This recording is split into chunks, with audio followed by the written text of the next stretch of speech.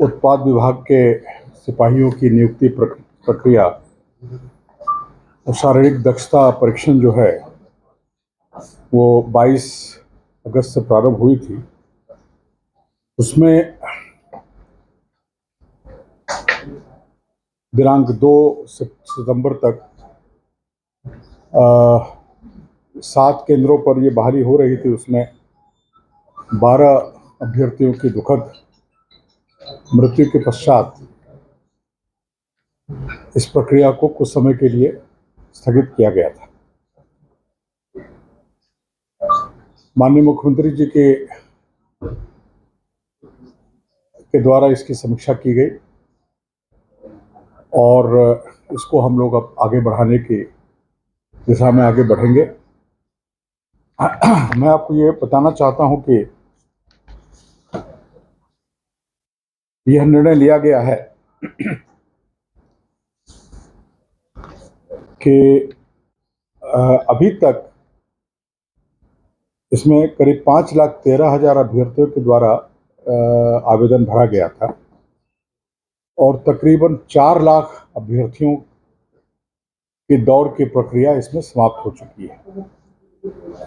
उस 4 लाख अभ्यर्थियों की दौड़ की प्रक्रिया में एक्चुअल जो अटेंडेंस हुआ है, जिन लोगों ने एक्चुअल दौड़ में जिन लोगों ने हिस्सा लिया है वो तकरीबन 1,87,704 हैं।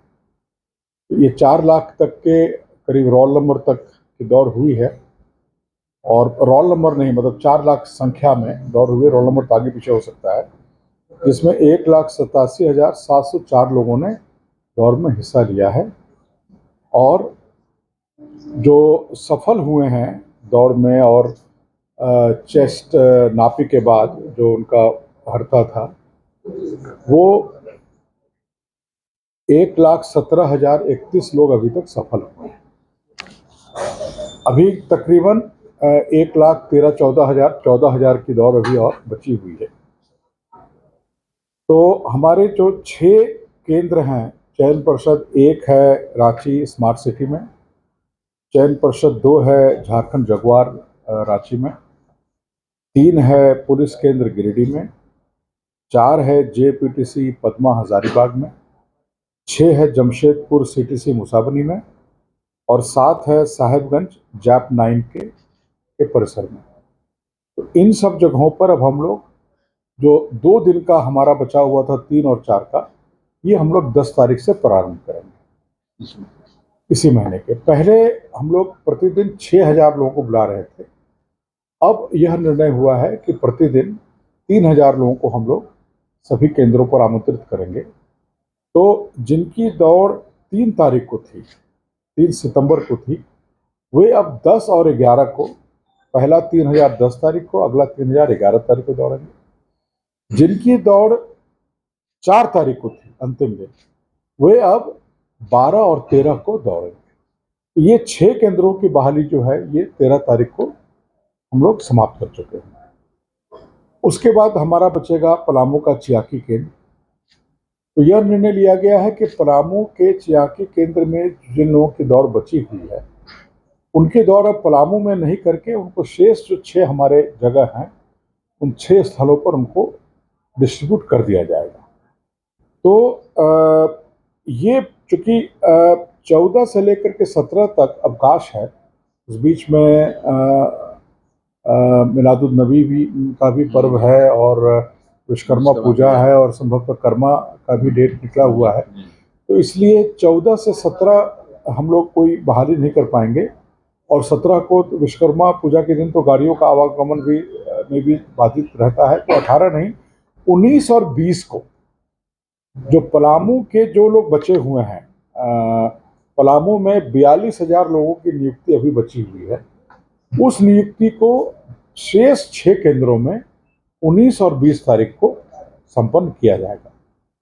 जेएससीसी के द्वारा कल से लेकर परसों तक ये जो परिवर्तन हो रहा है डेट का और स्थल का, ये हम लोग कल से परसों तक उनका एडमिट कार्ड जो है, फ्रेश एडमिट कार्ड उनके साइट पर अपलोड हो जाएगा। तो जो अभ्यर्थी हैं वो एडमिट कार्ड अपना अपलोड कर सकते हैं, उनको पता चल जाएगा कि उनको किस तारीख को किस सेंटर पर पहुंचना है। इसमें 2-3 चीज़ और मैं बताना चाहूँगा कि हम लोगों का ये प्रयास होगा कि 8 सवा 8 के बाद हम लोग दौड़ नहीं करें। मतलब हम लोग 7 साढ़े 7 तक सारे जो अभ्यर्थी उस दिन, जिनको 10 तारीख को दौड़ना है, जिनको 11 को, जिस तिथि को जिनको दौड़ना है, हम लोग की अपेक्षा रहेगी और हम लोग इस बात को प्रेस ब्रीफिंग में भी दे रहे हैं और नोटिस में भी सभी जगह देंगे कि वो लोग अभ्यर्थी 7 साढ़े 7 तक अपने केंद्र में निश्चित 7 बजे तक पहुंच जाएं। 6 बजे मैंने इनफैक्ट 7 के पहले पहुंच जाएं, ताकि उनका पंजीकरण करते हुए उनकी दौड़ की स्थिति हम लोग उस दिन बना लें, तो ताकि हम लोग 9 सवा 9 के बाद हम लोग दौड़ नहीं कराएं। ये एक सरकार का है कि थोड़ा मौसम जब तक कूल रहता है तब तक हम लोग दौड़ करा लें। दूसरा, ये जो जिन अभ्यर्थियों की मृत्यु हुई है, तो उसमें कुछ लोग का तो सडन डेथ हुआ है, दौड़ते समय गिरे हैं, फिर अस्पताल तक पहुंचते पहुंचते उनकी मृत्यु हो गई है। कुछ लोगों की अस्पताल में ट्रीटमेंट में हुई है। तो अभी तक चूँकि इनका यूडी केस दर्ज हुआ है, इनका पोस्टमार्टम हुआ है, पोस्टमार्टम के बाद इनका बाकी का जो परीक्षण है वो एफएसएल और मेडिकल टीम के द्वारा किया जा रहा है।